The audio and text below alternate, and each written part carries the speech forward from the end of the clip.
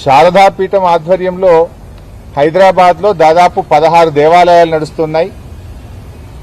లక్షలాది మంది భక్తులు హైదరాబాద్లో ఉన్నారు. మరి శారదాపీఠం వైజాగ్లో ఉంటే హైదరాబాద్లో కూడా శారదాపీఠాన్ని నిర్మించాలని చెప్పి ఆనాడు కేసీఆర్ గారు 2 ఎకరాల స్థలం ఇస్తే అద్భుతమైనటువంటి పీఠం ఇక్కడ నిర్మాణం అయిపోయింది. స్వామీజీ గారు కూడా ఇక్కడే నివసిస్తూ ఉన్నారు. దేవాలయ నిర్మాణం కూడా పూర్తయిపోయింది. ఇక్కడ ఒక గోశాల నిర్మాణము, నిత్య అన్నదాన కార్యక్రమము, అదేవిధంగా వేద పాఠశాల ఇవన్నీ ఇక్కడ నిర్మిస్తా ఉన్నారు. అంటే వేదం ఎక్కడుంటే అక్కడ మరి ఆ రాష్ట్రం సుభిక్షంగా ఉంటుంది. ఒక వేద పాఠశాల, ఒక గోశాల, అమ్మవారి ఆలయము, నిత్య అన్నదాన కార్యక్రమము ఇవన్నీ జరగడం రేవంత్ రెడ్డి గారు నీకు ఇష్టం లేదా అని నేను అడుగుతా ఉన్నా. ఎందుకు ఈ దేవాలయాన్ని కూల్చాలనుకుంటున్నావు, ఎందుకు ఈ మఠాన్ని కూల్చాలనుకుంటున్నావో నేను ఈరోజు అడుగుతా ఉన్నాం.